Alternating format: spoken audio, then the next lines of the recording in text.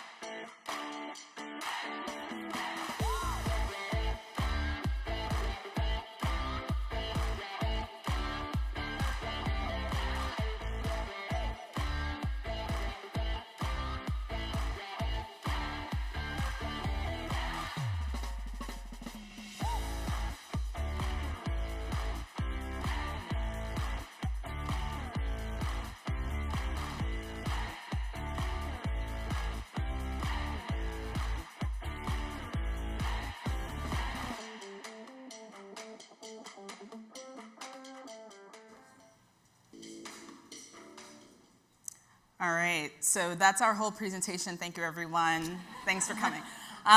Seriously, though, this is my favorite part of the video. B2B marketers, we need to slow down, right? We need to slow down to assess, to evaluate, plan, execute, all of those things. And we need to slow down so that we can propel forward. And many times, we don't do that, right? As a matter of fact, 55% of marketers have buying cycles that are 6+ months long. I'm going to keep talking. But that are 6+ months long, but only 4% are measuring for long-term impact.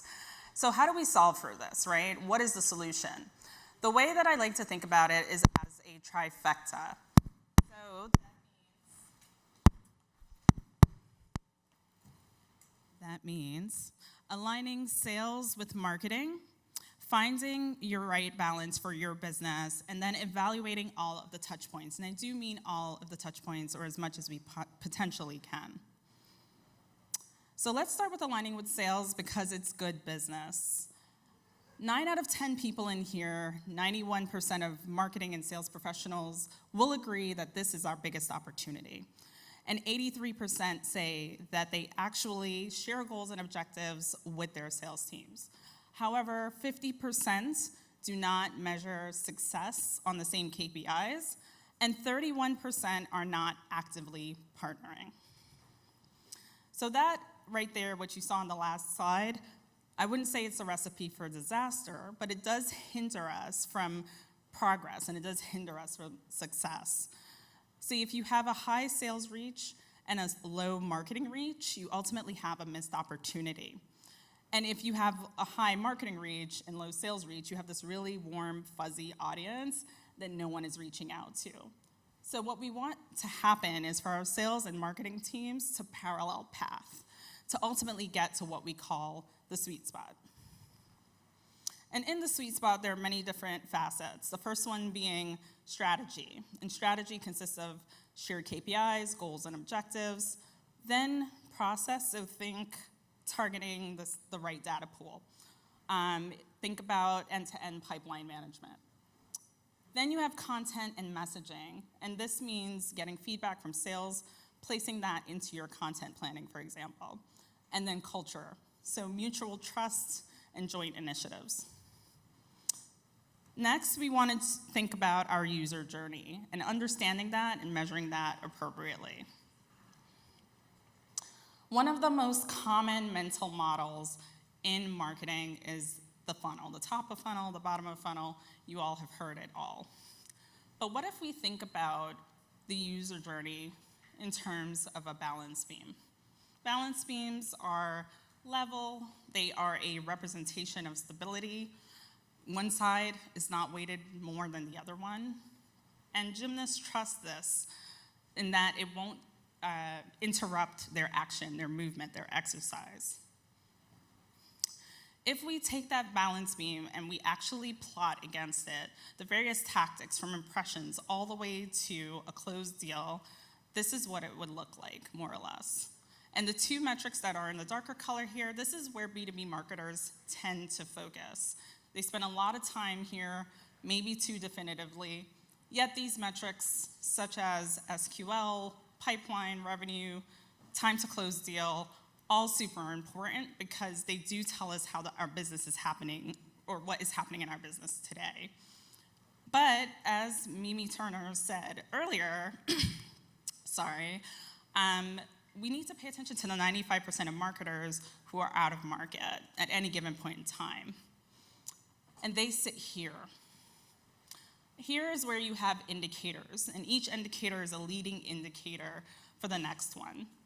So if you think about what drives an MQL or what drives a website landing page visit, and you think about what truly drives it, you have the recipe to shortening your attribution window and keeping your pipeline flowing. And I'll say that again because I think that could be a little bit confusing. But measuring what drives your MQL and what drives your website landing page visits, not the volume metrics, not how many page visits, is the key to understanding how to shorten your attribution window and ultimately keep your pipeline flowing. So why not combine all of these metrics and evaluate them accordingly? The left side, which consists of reach, brand recall, lead gen forms, and MQLs, should be evaluated more frequently than the other side. And when all is said and done, you will be able to take a deep look at your insights and put those learnings back into your strategy.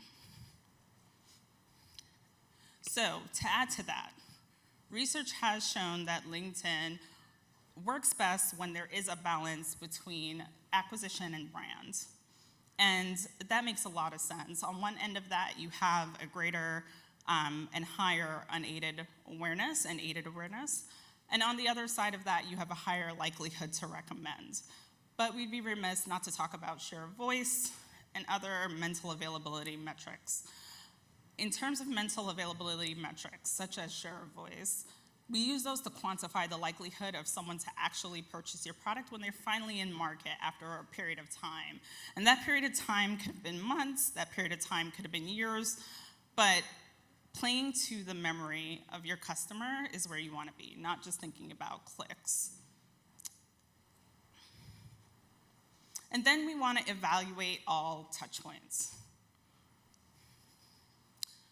Here we have a user journey, and there are a lot of different pieces across it, right? So at the beginning, someone at a company sees a LinkedIn video ad, someone else at the company sees a Facebook ad. There's a live event, there's some search activity, maybe some infographics, some white papers. Lots of things are happening to get to a closed deal. And someone can simply say, you know what, that video ad gets 100% of the credit because it started our user journey. Or someone else can say, that very delicious dinner that John took us out to, that is what won the deal. But ultimately, we know that is not what great looks like. Instead, we should be thinking about a multi-touch, multi-channel strategy and attribution. So, at the end of the day, I guess the answer to your question of what should I measure, it's not about 1, 2, 3, or 4 metrics. As a matter of fact, it's about a holistic ecosystem of people, of frameworks, and of course, metrics. So what we'd like to ask everyone to do is to make a list and check it twice, and no, it's not the holidays quite yet. But ultimately, we want to make sure that we've aligned our marketing and sales teams, that we've taken a look at the full cycle or the full funnel or the balance beam, and then we want to make sure that there is a multi-touch, multi-channel strategy in place.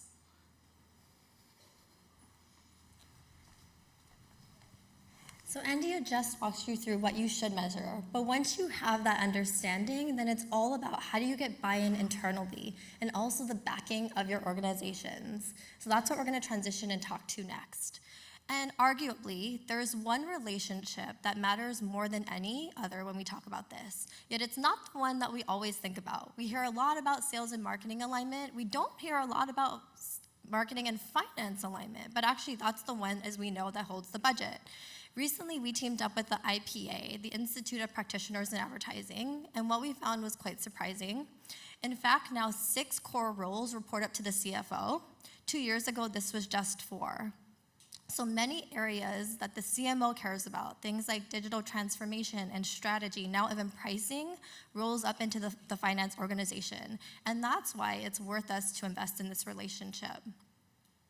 Now, the good news is actually the skill sets that we have as marketers align us more to finance than we may even realize. If we were to jot out our skill sets as marketers on one circle and finance's skill sets on another, we would see that there are things that we uniquely bring, things like communications and understanding of our buyers, and finance, of course, has their own, like compliance. But what the magic is when we actually look at the overlap between these. And what we see is that when we look at the overlap of the skills that we have, we uniquely bring things together, things like the ability to drive revenue, to create value for organizations, and even to analyze and come up with the right pricing strategies for our products. Yet, this approach is going to require us to change a little bit because what we find is that there's not always a large understanding of marketing outside of our teams. Has anyone had to explain what marketing is at the dinner table? I've had to do it many times. Yes, I see some hands. And the reality is because marketing isn't always understood outside of our core teams, and actually the raw data supports this. In fact, only 2.6% of corporate board members have a background in marketing, so they don't always understand our roles. They don't always understand the terminology, and it's for us, honestly, to do a little bit of that work. So what do we do about this? Well, recently we teamed up with market effectiveness researcher Fred Cassidy to actually look in this topic. And what came from this is a 5-point framework called the value framework. And while we won't have time to cover the whole framework today because it is quite robust, what we do want to talk about is just one part, and it's the you. It's how do we build understanding in our organization of what marketing really does and the value that we drive. And so for the rest of the presentation, we're going to touch on 3 points for you to consider. The first is pretty simple and intuitive, but it's actually one that matters a lot. And it's ensuring that the principles of marketing are understood outside of our own teams. We like to use words like SQL, MQL, because they're very quantifiable and measurable. But actually, outside of our teams, they may not always translate. So Andy showed you that balance beam analogy earlier. And while we know the buyer journey is not linear, we wish it was, right? We wish a buyer went from one stage to another, but it's never like that. It feels a little bit more like a roller coaster ride sometimes, I think. But while it's not linear, this type of framework can really help to contextualize the value flow and the buyer journey for those who don't really have a deep understanding. But this probably is pretty intuitive. What we recommend is actually taking it a step further and doing a drop-off analysis. Look at the different parts and stages and understand where people are dropping off. What you're seeing on screen is what our data suggests is the averages. Now, this is going to look different for your company and your organization, but we wanted to give you a point of reference. And what you see here is that even if your customer, or even if you start with 100% awareness to your buyers, by the time it comes to buying, only 8% of them are going to convert. And we know this intuitively as B2B marketers because more people are out of market at any given time than are ready to buy today. So we do a lot of that work ahead of time. But this type of context and having the percentages can also help you when it comes time to budget conversations, because it's pretty obvious if you pull back and your reach now drops to 50%, your buy now drops down to 4%. And so having a simple framework like this can really help contextualize what we're really driving, but also put it in numbers. So the second tip is, while we may be under pressure today to really demonstrate results, this next section is really about having a balanced approach of both short and long-term metrics, and we call these value-based metrics. So what is a value-based metric? It's really just a way for your company to know if you're driving towards wealth creation. And for us as B2B marketers, this means, are we driving future cash flow? So while there's no magic number, no single KPI that we could give you, I wish we could, what we recommend here is to create an ecosystem of metrics. And we actually recommend choosing 5 or 6 that actually represent what your business is trying to achieve. And there are 4 categories that we recommend for you to consider. The first, of course, is the financial and hard metrics. It's revenue, things that we're trying to drive to as our North Star. Those are probably the ones that you know and love because our companies know and love them. But there are others to consider as well. There's also behavioral. That's what's happening now. We can see things like engagement. We can also see things like what's happening with any of our ads. But actually, that's only half of the circle, and that's the half that we usually think about. The other half is really more those long-term metrics that are worth considering as well. So the first category is what customers think. Now, this can feel a little bit like a nebulous concept at times, but one of the best ways to actually measure this is through share of voice. Les Binet and others in the field have actually done research around this, and what the research has shown is that brands when they tend to grow market share, they also tend to have a direct correlation with their ability to drive share of voice. So that's more on what customers think. The last category is what customers feel, and these are things like Net Promoter Score and the ability to measure over time what happens with lifetime loyalty. So as you think about that customer journey that Andia walked through earlier, it's really considering the metrics ecosystem and developing the 5 to 6. Now, this last tip probably seems pretty intuitive, and it's about how to collaborate. But actually, the bulk of the presentation to date has been focused on the mechanics of measurement. So it's worthwhile for me to just contextualize where this all falls. And while I know that we're here in November, I can't believe it, and the annual budget conversations have probably kicked off in a lot of your companies, this is worth us talking about because this is actually where a lot of the conversations can really come to life.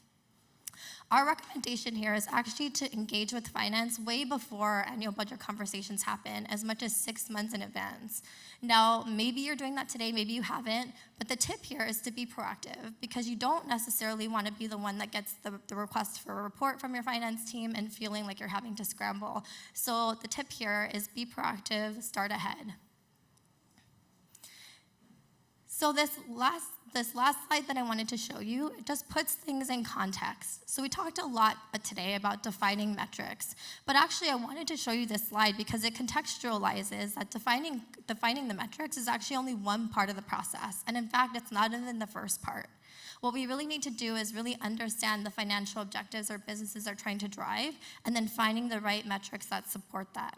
And then, of course, there's a lot of things that come after in terms like progress updates and meeting with your teams. But this first part, I think, is especially important because it's one that often goes missed. So we went through a lot today, and we want to make sure that we give you all a few tips to just hold on to as you leave. So the first one is around finding the right metrics, right? So obviously we want to work in tandem with the sales team. that's critical and important just to make sure that we are on the same page and driving towards the same outcomes. We want to develop our metric ecosystem for the long term and for the short term as well. And then, of course, evaluate all those touch points, back to that multi-touch, multi-channel attribution strategy or methodology. Then we want to take that internal, right, and talk to our finance teams, quantify that progress against the cycle, and make sure that we talk in value-based metrics. So 5 to 6 metrics across behavior, finance, brand health, brand strength. And then we want to be an early bird, if you will. We want to make sure we're talking to that finance team at least 6 months in advance, making sure that our metrics match to business drivers and outcomes. Last, but certainly not least, with all that said, we want to aim for no more of this, right? Because as the saying goes, if a tree falls in the forest and no one hears it, did it really happen? Did you have a plan in place? Did you talk to the right people? Do you know how to replicate your successes? If so, congratulations. But if you have some work to do there, now is the time to do some discovery and alignment to make sure that you are growing that measurement engine. So with that, we want to say thank you for your time. Thank you so much for spending the afternoon with us. We look forward to connecting with many of you who hang around. All right, thank you.